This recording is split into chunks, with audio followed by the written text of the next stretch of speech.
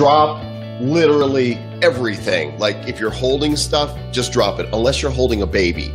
If you're holding a baby, then don't drop the baby. But anything else that you're holding, drop it. Even if it goes whoosh, because you're here now with me in the right place to be. Welcome, because it is Joel and I am live, joel.live. It's actually a domain I have, joel.live.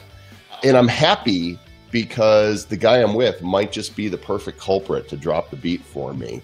My guest today, guys, you're going to love this. You are going to love what we've got to share. His name is Lou Mongello. And, you know, some people like strawberry jello.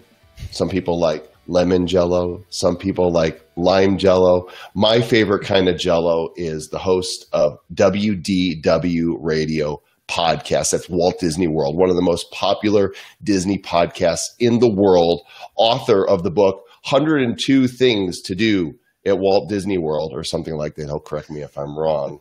My buddy, Lou Mongello. Hey, Lou.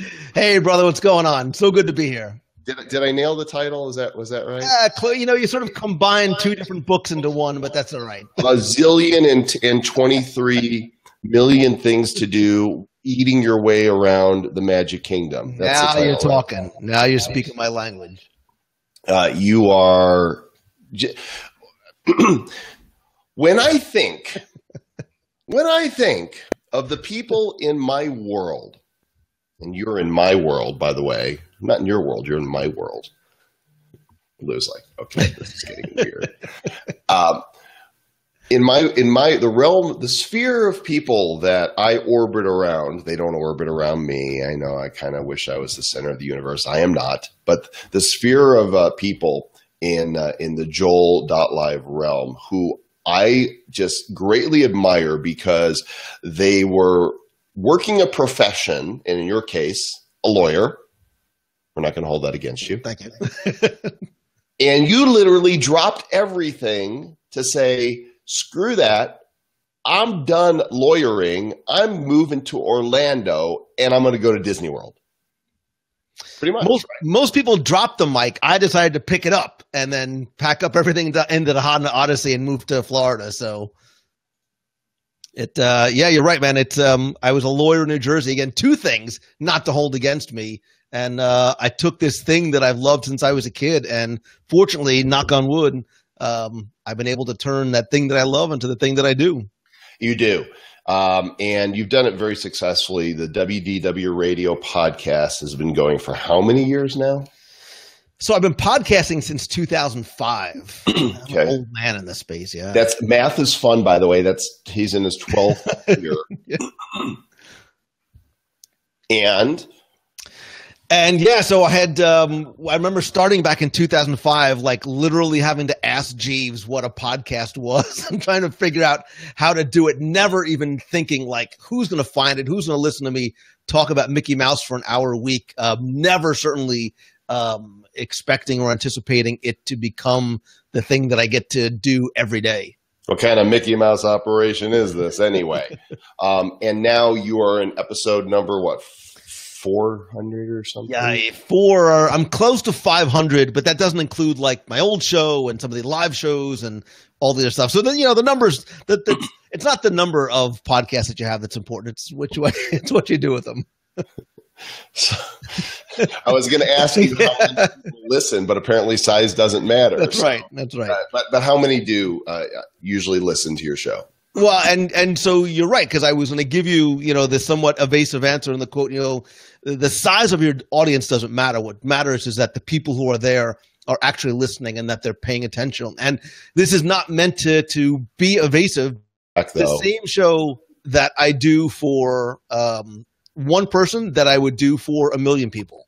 Yeah. Well, because you're passionate about what it is you do. It matters to you. And if it matters to you, then there's going to be people out there that are drawn to that, which is really the topic of today. Is you have managed to build an outstanding community of people that like, know, trust you, that love what you do, and they don't miss an episode. And when you do a thing at one of the parks, they come out with you and celebrate. And, you've got a cruise coming up and people are hopping on the cruise boat with you. They just want to be close to touch the hem of your Disney magic. No, and I'm going to backpedal a little bit and correct you if I may, because you said that I built a community. I think that's I think they built the community, Joel, and I have just been fortunate to sort of help facilitate that community come together. Look, I am the luckiest guy in the world, man, because I do get to do that thing that I love. And, without getting all like weepy and sappy, as somebody who didn't have a lot of friends growing up in grammar school and in high school, college, law school, basically did last week. Yeah. No.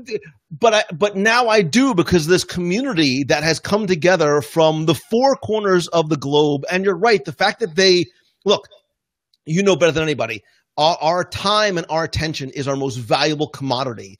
And the fact that these people choose to spend and share some of it with me online, in person, by listening, coming out to a meet of the month or doing a group cruise, man, there is nothing more humbling and rewarding than that. So they are the ones that built the community.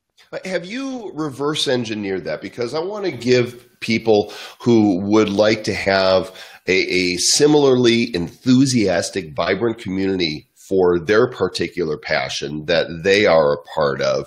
Have you reverse engineered the things that you did that you believe are universally applicable that others could also do?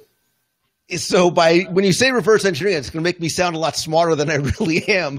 But listen, anything that I did, Joel, and continue to do is completely authentic and organic, because I believe in the space and anything, authenticity wins out. And I think it's the future of business and marketing. So anything I've done has not been part of a strategy or been part of a blueprint.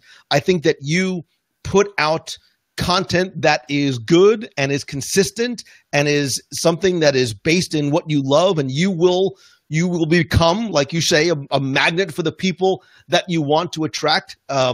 I don't spend money in marketing. I've spent zero in advertising over the years because, and you're old like me, you'll get this reference. Do you remember? Hey, you're old there, buddy. Remember the old Fabergé commercial, right? And they told two friends and so on and so on. And that grid grows, talking about, well, that's how it happened for me and continues to happen with the community. You do something that people love and that they enjoy, they want to share it with their friends. So the people who are part of the community came in here very, very organically. I didn't trick them or blueprint them or bribe them to come in with anything. They're here because they want to be here. Mm-hmm. Well, and that is part of the beauty of it, is that this wasn't strategized. You couldn't have planned it. You wouldn't have thought to plan it like this. It happened very organically. Brian Harvey just said, because of our community, one of your community officiated at his wedding ceremony at Disney World. Look at the people connection that takes place there. So what you've got is not just community, but do I dare say family? Absolutely. And since the very beginning, man, since 2004, when I created my first discussion forum using the old V-Bulletin software, the people who were there were not members. They were. I very much dislike the word fans. I call them friends because that's how I look at them. But I always said, and I continue to believe, that they are part of my extended family. And I'm a big proponent of doing things offline in addition to online. So I've been doing monthly meetups in Walt Disney World every month since 2007. And it's not because I want to give people an opportunity to come meet me. Instead, it's a way for me to meet them, look them in the eye, shake their hand, give them a hug and say thank you. But it's also a way to help facilitate that idea of community and friendships and, yes, extended family that I did and I believed in since I first started. Now, what you did is you followed a passion of yours that just so happens resonates with a lot of people, right? So, but you didn't go, okay, I'm going to go to Disney, I'm going to move to Disney area and I'm going to start a podcast because there's millions of people that love Disney and they're going to glom onto me. You just chose what you wanted because it's what you wanted. Right. I wasn't looking at stats going, cupcakes are pretty hot right now. I'm going to start a cupcake blog.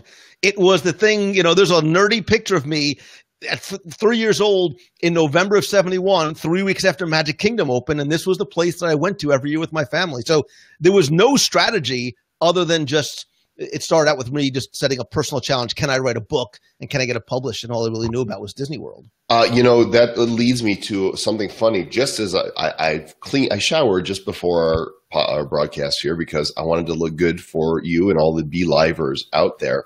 And in the shower, incidentally, where I have my ideas, I was thinking back to some nostalgic posts I have made on Facebook and how engaging they are and make people think back. And I've posted, old shows that I was on or commercials that I did 25, 30 years ago when I was a voiceover guy. If you haven't seen them, go search my Facebook page for me as an optometrist. It's hilarious. And I was thinking back even further, what if I found some childhood pictures and posted them? And you just kind of gave a great idea. Maybe you've done this before, but have you asked your followers to find the earliest photo they have of themselves at Disney and post that?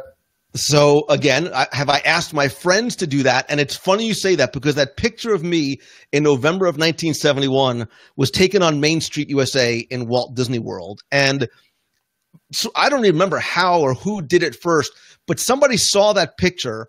They came to Disney World. This is probably in 2004, 2005. They came down here and said, that's Lou's spot.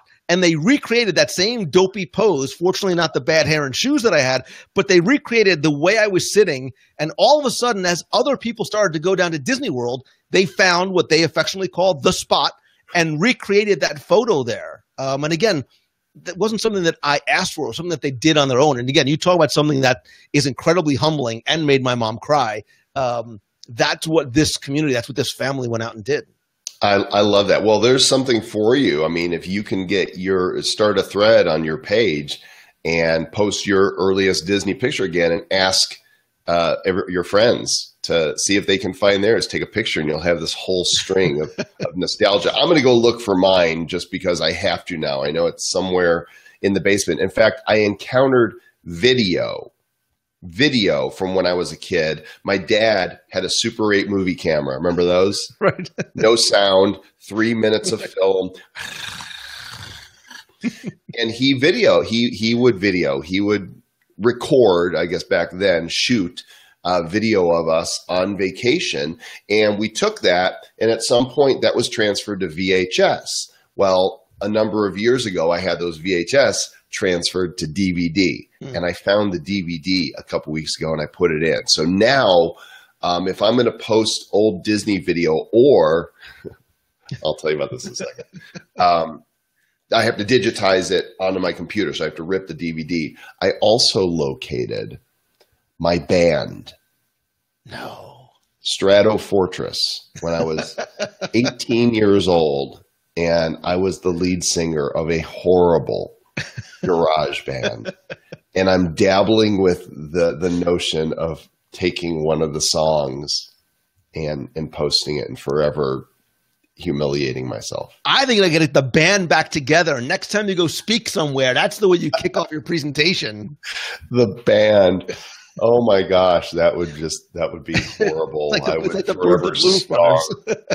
forever scar my audience. Let's talk about what you're doing actively now to build community. And the first thing I notice is the one that's out there for everybody to see, and that is you go live. Yeah, so I've been going live. It's interesting to watch this revolution, renaissance, rebirth, whatever it is of live video, because I've been going live weekly since 2007, 2008, somewhere around there, when, quick story, Ustream had just sort of started to come out and become more accessible. And I told my so very supportive wife, I'm like, I'm going to try this thing. Nobody's going to watch. I'll be up in 10 minutes. And like 6 hours later, she comes downstairs and she's like, who the blank are you talking to? I can hear you through the air conditioning ducts. I'm like, I have no idea. Like, there's a couple hundred people watching. She's like, what are you talking about? I'm like, I have no idea. We're just sort of talking about anything. And I've done that week after week. And the reason why I love and continue to love live video is because so much of what I was doing was pushing out content, whether it was a blog post, a newsletter, a print magazine, a print book, a podcast every week. And yes, you'd get the feedback via email and eventually social media, but I wanted that real-time conversational element, and that's what live video afforded me the opportunity to do. Now, I'm a huge proponent of Facebook Live. I love the platform, and I continue to do live videos every week, oftentimes from here. A lot of times I'll go out, and being able to bring people to the parks without having to lug my laptop and 3G card anymore, and being able to do it all from here is incredibly powerful. Yeah, it's amazing. So what do you think of this is your first time on Be Live? I like this. I like, yeah. On the screen how it produces, and I haven't shown you this yet, but I can do cool stuff like change up the formatting of the screens so that now our side by side gets the full HD of our cameras. Or I can get really fun here, and if you're talking, but I want to kind of tease you in the background and poke at you, I can be here in the corner. And likewise, I can switch that way, or you can disappear completely, and then people are like, "Oh, where's Lou?" It's okay, there he is. So very slick. Of course, you've seen me put up stuff like this, that I'm producing this on the fly and clicking on agenda items here. So you guys can do this too. This is free. There's currently no charge for Be Live. And if you go to BeLive.tv, you can create your own talk show that pushes directly to Facebook Live. It's very slick and it's very impressive, and I love the fact that you don't need any special equipment to do it. And look, you like me, we're one-man shows. We don't have a production crew on the opposite side of the camera that's doing switching and pulling up lower thirds and stuff like that. And I love what you're able to do on the top there with the comments and stuff too. Well, there's actually two of me, Lou. I am clone. One of them is very small, though. There's the mini me. That's awesome, man. You've got to get one, Lou. You have to. I dig it. I have me as a stormtrooper up way back there. Look at the detail. This is it's not like that. Imaging. If you go now, these folks aren't paying me, but I think it's so cool. It's Doob, D-O-O-B, Doob 3D. And if you're in LA, San Francisco, or New York, you go to their retail location. They put you in this circular booth. They take 64 pictures at once from every angle, and then they make this highly detailed you. Can they make me look taller and skinnier at the same time? Can they virtually Photoshop me in 3 dimension? Suck in your gut. That's all I can tell you is suck in your gut. Lou, are you using a .live domain for any of your branding? I'm not, although I know I probably should be. Well, the good news for you and for those watching is if you use Joel20.live, go there and it will automatically put a 20% discount into the shopping cart for your regular .live domain name. If you're going to be doing live video, brand yourself, get your name now. Premium names are a little more, but 20% off, Joel20.live. You can't go wrong with that. Mallory says she loves when my videos get dweeby. That's when I'm most alive. When I'm not alive right now, wait, let me check my pulse. I'm alive. So, live video is one way, and now you told me in June you have a cruise coming up. That sounds like a community event. Yeah, man. Again, so much better than being a lawyer. I believe in taking these on. Like, yeah, no kidding. A lot less stress and gray hair. I've always believed in taking the conversations offline and being able to gather people from literally like around the planet who might not have done it otherwise. And this is, I think, now my 6th or 7th group cruise that we've done. We've gone to the Caribbean. We've gone to Alaska. I like doing a lot of these kind of events. And when you get, a few hundred like-minded people together with something in common on a ship, it's a pretty amazing experience.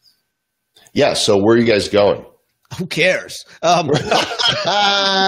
Listen, man, the ship could go and just do circles in the middle of so this one is it's a Disney cruise.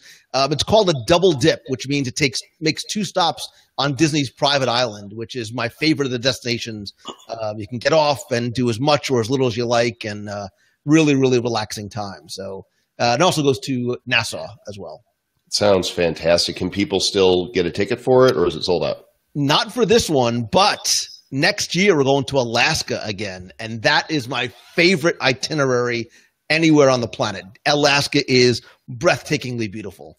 Does your wife want to go? I don't know about Alaska. But I'm done.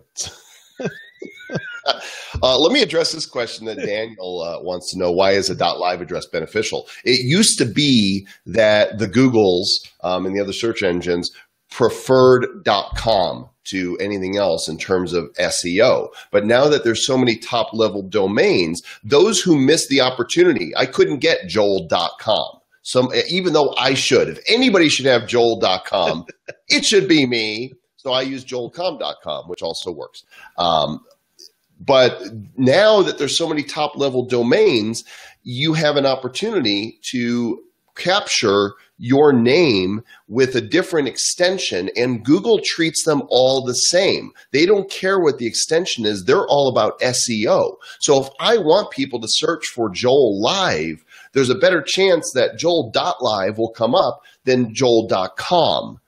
See what I'm saying? It's all about the content. So if you miss that first wave of registering your domain name, you can do that now. And plus, .live is really very clear about what your domain is. A .com could be anything, right? But if you get a .live address, you know that this is branded to live. If you get a .games address, then people know this site is about games. And so there's going to be more and more of that, and there's a lot more opportunity. And I think people are going to look back and go, I had a second chance to get my domain, and why didn't I?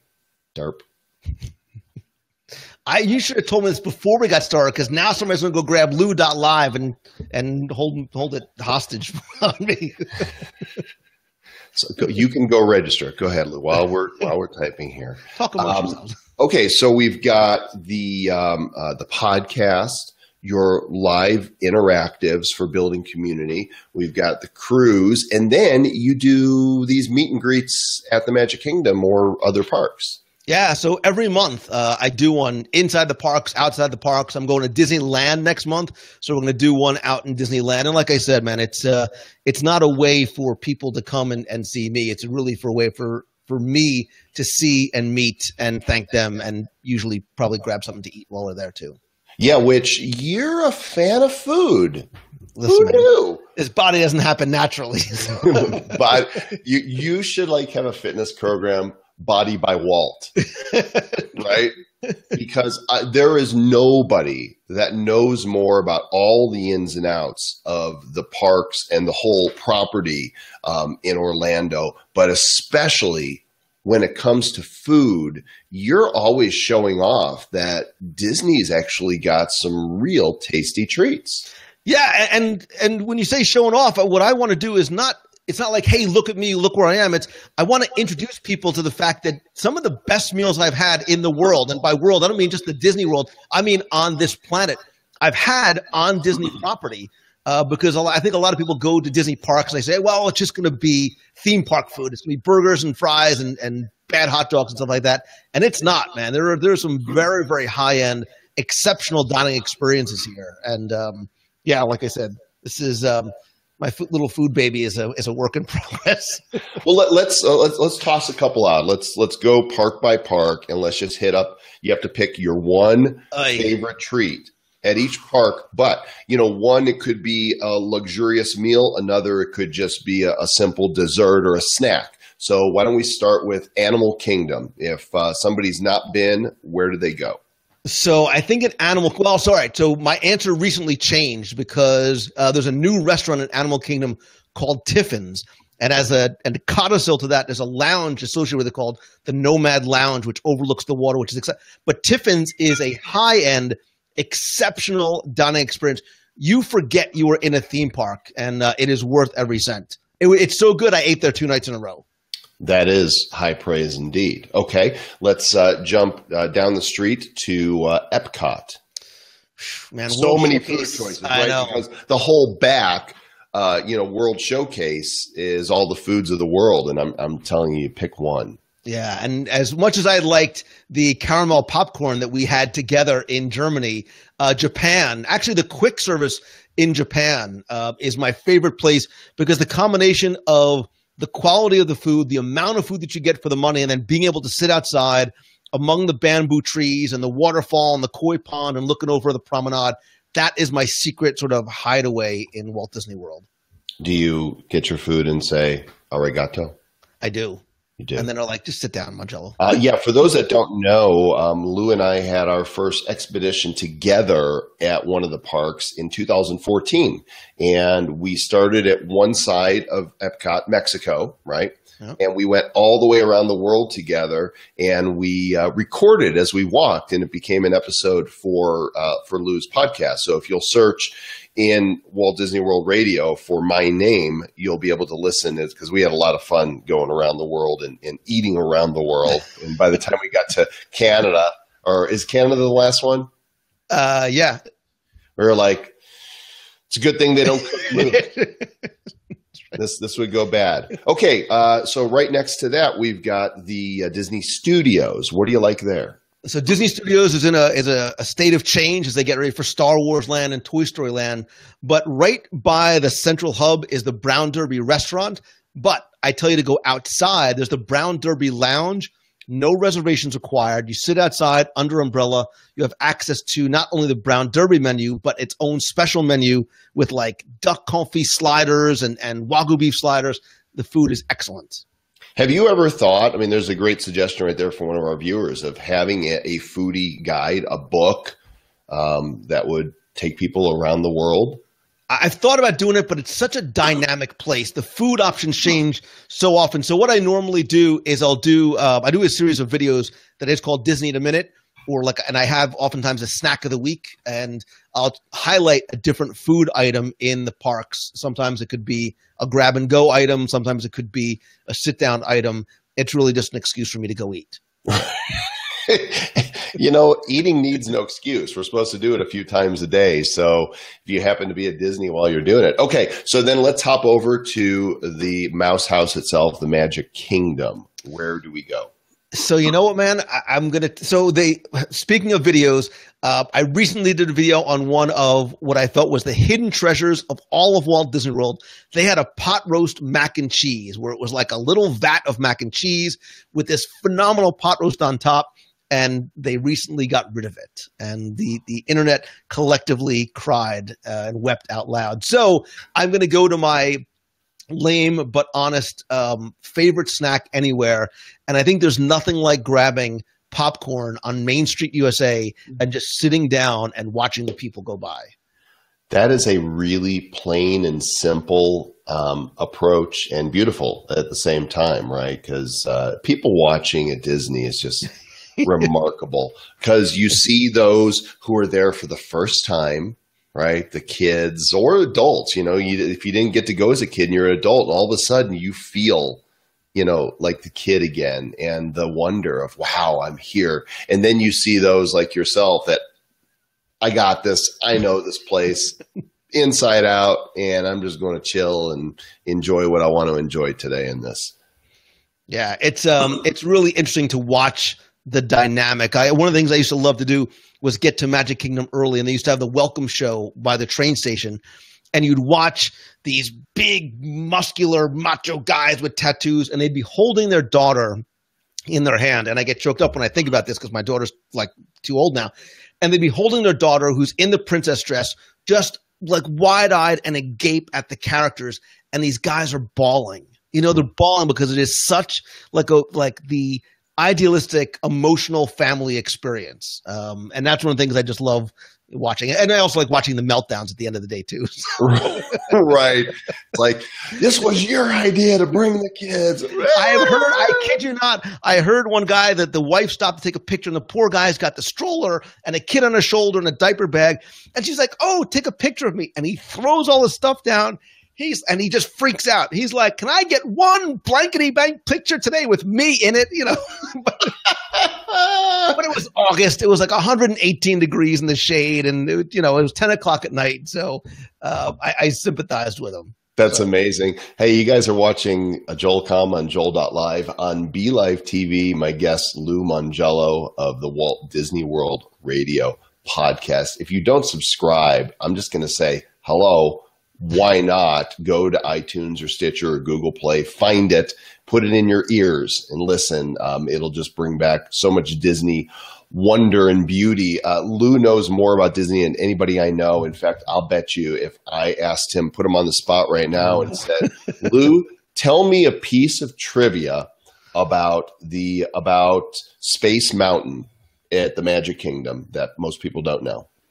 So Space Mountain is actually an attraction that was probably about more than a decade in development. It actually went back to an idea that Walt had of wanting to do a space-themed coaster, and they just couldn't figure out how to do it and how to do it right, something to do it, make it special, something to make it different, until they finally figured out the technology. It's the first tubular, was one of the first tubular roller coasters. It's completely in the dark, and the reason why it looks the way it does outside is because the structure, the support structure, is on the outside, and the inside, the skin was put on the inside so that they can project the stars and stuff like that on the inside. And Amy says she loves catching Space Mountain with the lights on, which I have done. I'm sure you have as well. When the People Mover goes through it, and for whatever reason the attraction's closed, but there's not like a wall to block off. So you see the coaster. It takes away a little of the magic, but it's still so cool. Well, it's freaky because you see all like this, all these intertwined, pieces of metal, and the next time you ride it, you go like this because you're afraid that the other thing is so hot. I mean, I don't have to do that, obviously, but normal sized people do. So. Obviously, because you're sitting on 5 phone books right now to raise yourself up so you could even be. Otherwise, you'd be like. Well, phone books are so skinny now, like they're so thin. I need like 11 phone books to get the same type of height that I used to. Okay, you're not that short. All right.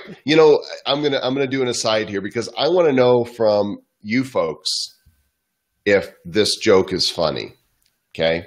I can't believe I'm going to do this. I'm actually about to bite my tongue because I'm thinking I might, maybe not. Anyhow, Martin says if you were to broadcast live from the Haunted Mansion, would it be BeDead.tv? Oh, that's very, very. I know Martin. He is a friend from the United Kingdom. We've been friends for a long time because of the show. And okay, so you've got a book out there, and I totally butchered the title, and I'm so sorry. You owe me a butchering of one of my titles, but give me the title one more time. So my latest, and it really is more of it's a freebie book. It's called 102 Things to Do at Walt Disney World at Least Once. And I've broken it down to some easy, medium, and more difficult sort of challenges that you can do. But I think they are experiences at Walt Disney World beyond just going to the parks and riding the attractions and seeing the shows that I think a lot of people might not even realize Disney World has to offer. For example? So, you might not realize that there are, it used to be like 99. Now I think there's like 70 some odd holes of like professional golf there. You can go bass fishing. You can go horseback riding. You can take archery lessons. You can dine with an Imagineer. You can take backstage tours. It'll take you underground in the Magic Kingdom. You can rent a 50-foot luxury yacht and have dinner out on there and watch the fireworks from there. How much does that cost for a 50-foot luxury yacht rental? Don't quote me on the price. I believe it's like $250, $79, somewhere around there, depending on what you do. So, and dinner and all that. You can do dinner. They have butler service, or just do champagne and strawberries, and yeah. Have you done 360 live from the park yet? So I have been trying to do 360 live, and the problem is. You just gave away my secret. The problem I've had is getting enough bandwidth for the signal to actually hold up, because when you've got 40,000 people trying to live stream the fireworks or the parade all at the same time, it's been tough. So I haven't actually been able to get a stream to hold long enough to go live yet. Not on their Wi-Fi, just on your regular phone. I've tried both, yeah. Do you have a MiFi portable card? I don't. So that's what I do. I have, where is it? One of these little Verizon jetpacks. Mm-hmm. And so it still uses Verizon, but it's an LTE and it's portable. And I think it probably gets some sort of priority signal. I don't know that for sure, but when I'm somewhere and I have to have bandwidth, and I'm not sure that regular cellular or Wi-Fi is going to be dependable, I take one of these. But I bet you could go live 360 during a non-event, during a slow time, and people would absolutely love it. Which camera do you have? And it's actually, I left it in my car. I have the i360 Nano. The Nano, right. Yep. This little number right here, for those of you that are wondering, this is the camera. You can see that it's got the lenses on both sides. It captures everything, and it plugs in here to your phone like that. So you turn your phone over, and you could broadcast directly to Facebook or to Periscope 360. So I'm just going to challenge you, Lou, to pick a park, pick a slow time, and just go 360, and people will eat that up just because they're there with you.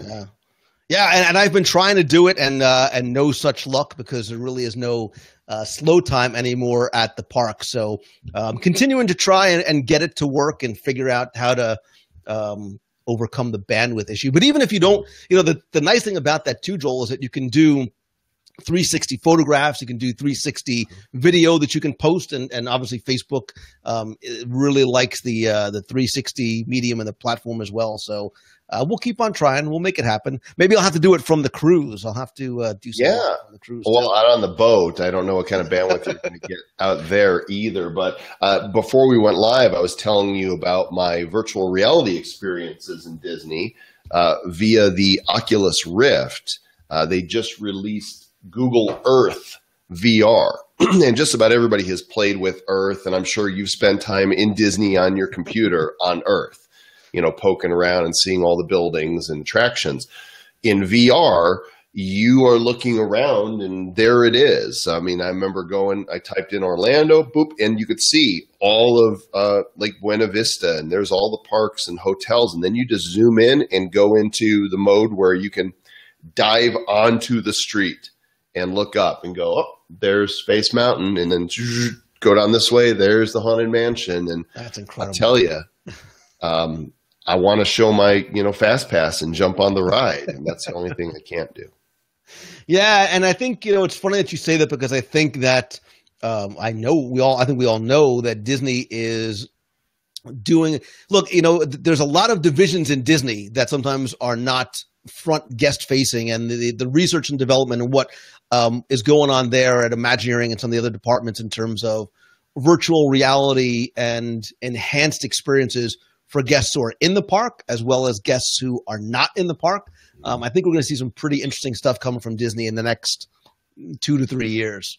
Yeah, they're got to latch on to this VR thing, bring people experiences from home, because initially a lot of people think that when you have VR, well, now I don't have to go. I've seen it. But what it actually does is it creates a hunger. I'm jetting all over the world in VR. During a session I had yesterday, I jumped all over the U.S., from the Grand Canyon to Manhattan to Columbus, Ohio, to Orlando, to San Diego, to San Francisco, and then to the other side of the world. And I went over to Sydney and then to Singapore and Mount Everest. And it just makes me want to go see things and places. It's like stirring up this hunger to do more and to go. So what do you think Disney could do to bring the experience to people at home so that they want to come to the park? And I think, and that's actually, Joel, something that they did like before the words virtual and reality were ever sort of put together. They used to have software called the Walt Disney World Explorer that you would install on your computer and would sort of take you through, again, this was probably in the late 80s, early 90s, would take you through the parks.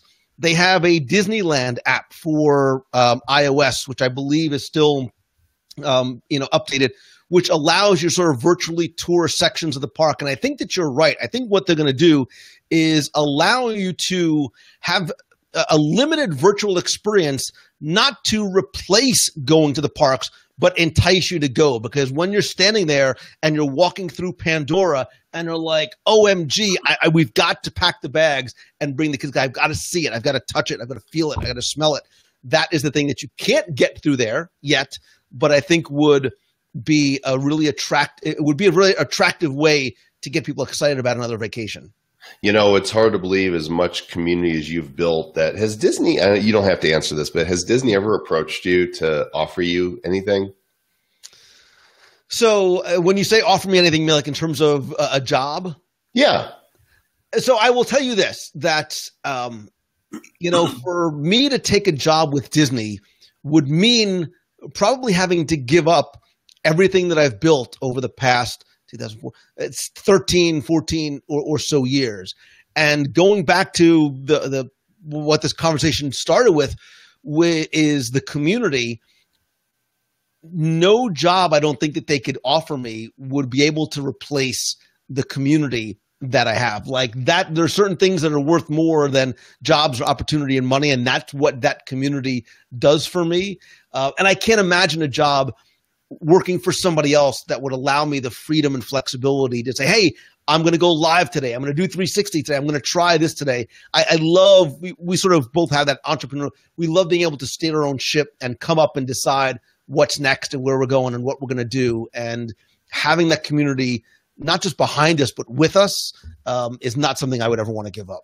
Yeah, I'm happy to work with brands. For example, I'm working with Be Live as an ambassador for Be Live TV, but not because they said, hey, we've got this new thing and we want you to promote it. But I found this new thing. I like it. I use it. And there's a natural proclivity to say, I already love this. How do we work together? But I can't have a job. I still need to be able to do what I do and have the freedom to choose my guests and, how often we're going to broadcast. And in doing so, it's really more authentic because you're just doing you with your podcast and your love for Disney, and everybody's benefiting. Disney's benefiting. You're benefiting. Your followers and listeners are benefiting. It's a big win fest. Well, and look, you too, Joel, you're doing this thing that you love. You come up with an idea and you can run with it. There's no approval. There's no proposal. You just say, hey, I'm going to try this thing and see how it works. And if it works, great. And you have on guests that you like, not because, you think, oh, this is the right PR move to do. And that's what I love about you, man. From the first time I met you at Social Media Marketing, and I will never forget when you came up to me at the speakers event at Social Media Marketing World. I guess it was back in 2013 or 14. And you've always been very kind to me, and I've always appreciated that about you. And that's one of the things I love about you is. What did I say? Do you remember? I mean, I want to say it was 2014 because it was later that year that I was in Orlando, and I said, we have to go to the park. But do you recall our encounter? Because Mallory says we've got a bromance going on. We do. There's a lot of love in this room, Mallory. You came up to me, and I had sort of heard your name, didn't really know. A lot of people said, stay away from that Joel Comm guy, but I wasn't paying attention to that. But you came up to me, and you sort of knew, about me and my story, and you told me about you as a kid going to Disneyland. And you said, yeah, we should do something together in the parks. And that's really where our friendship started from there. And again, you've been so very supportive of me since that very first time. And I will always be grateful for that. Well, you know what they say, if you can't be an athlete, be an athletic supporter. Right? In fact, I'll share something with the public right now that is a secret and will not be because I'm about to share it. But those of you who are following me on Facebook know that I signed my biggest book deal ever for next year. And I'm not going to release the title of the book to you yet. Okay, maybe you'll be able to figure it out. But in the past, I have made the mistake of seeking out what I call headline names to write the foreword for my book. And in all of those cases, my motives for doing so were wrong. And I decided that for this book, which I believe is going to be my biggest book ever, because it's my core, that comes out next year, I wanted the person for the foreword that was the right person, regardless of if they, were not known by anybody or whether they had a huge, massive following. I just wanted the right person. And as I look through my friends list to think, who do I know that would be that right person? When I saw Lou's face pop up, like, that's it, case closed, done. And so Lou has graciously agreed to write the foreword for my soon-to-be international bestseller. Now listen, man, I am humbled and grateful beyond words, because I know how important this, and as I talk it out, I get nervous because I know how important this book is to you. So I am truly, truly honored and humbled, and hope that I can make you proud. I don't doubt it for a second. You've already made me proud. And if your forward was just, I love Joel, Lou, that would be fine with me. So well, that's all I have written so far. I lowered the bar for you a whole bunch there. And Aaron Roth is in the house. Good to see you, Aaron. I was actually showing somebody the little halo light yesterday. Lou, do you know Aaron?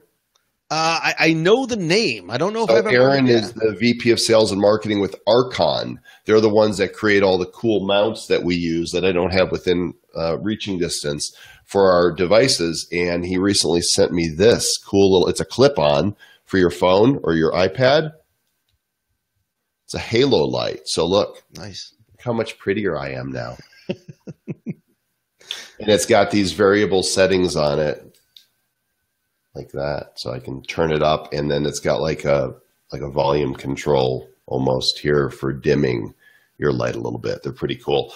And you can, I think Archon.com, ARKON, and Aaron was kind enough to provide a coupon code, which is JoelCom, that gets 20% off those as well. And, you know, I talk about BeLive, and I talk about .live, and I talk about Archon, and that's because I love this stuff. This is the space I'm in. And, you know, Disney isn't paying you to do what you do. You do it because you love it. And I think that might be one of the reasons that you've been so successful at building community. What do you think? Yeah, so to be perfectly transparent, I am not paid by Disney. I've never been paid like a cent by Disney. I pay for all my own tickets, all my own food, which obviously comes at great expense. You know, other than getting invited like to a media event, which I always disclose.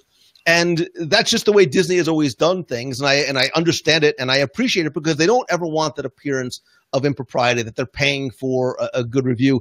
Look, man, I started off and I continue to do what I do and say what I say because I genuinely love this place, and I just like talking about the things that make people happy about it. So I don't want to work for Disney. I don't want to be employed or paid by Disney, because I always want people to know that what I say and what I feel, and the people who I have come on my show, whether it's you or my kids when we do a live restaurant review, I have no idea what's going to come out of their mouths. They know that it's always going to be authentic. Lou Mongello, you are the man. Guys, follow him at Lou Mongello on the Twitters. Of course, you could find WDW Radio Podcast in the iTunes and Stitcher and Google Play Store. And just, you know, if you Google Lou, you know, how common is the name Lou Mongello, right? There's only one as far as I'm concerned. Thank God. Yes, there's only one is enough. Lou, thanks so much for joining me for Joel.live today. Really appreciate you. Everybody give it up for Lou. Go ahead and type in the comments your thanks and appreciation for him spending some time with us here today. And of course, I'm live every Thursday at 3 o'clock Eastern, noon Pacific, 1 o'clock here in Denver in the Rockies. Beautiful sunny day today, I think, and we're heading into the 70s here, so it's going to be gorgeous. Except when I'm not, because I'm traveling, and then you know, we scheduled another day next week on Joel.live is somebody you know, Lou. Who do you think of when you think of Instagram? Oh, now I'm nervous because I'm going to say the wrong name. I think of Subi Zimmerman. That's right. I set you up for that one. It was a softball. Yeah, Subi Zimmerman has really done an incredible job in leading the Instagram community. And, you know, whether it's the stills or live video or stories that are now part of Instagram, Sue is on top of it. And she's going to be my guest next week here on Joel.live. So watch for that scheduled. And you want to be sure and follow, like the Be Live TV app page, because that's where the videos post, and that's how you'll know to get notified when it's going to go live. Thanks again, Lou. I appreciate you, brother. We'll talk to you soon. Love you, brother. And for all the rest of you out there, oh, look at all the nice comments coming in here. Just pop a few of those up. Thank you for watching and commenting and for being part of my tribe and the Be Live tribe. It sounds like a hashtag, Be Live tribe. Hey, Daniel at Be Live, you guys can use that hashtag, Be Live tribe. Also known as Be Livers, those who use the Be Live platform. Okay, hey, whatever it is you got going today, make sure you go out there and do good stuff. Catch you guys later. Bye.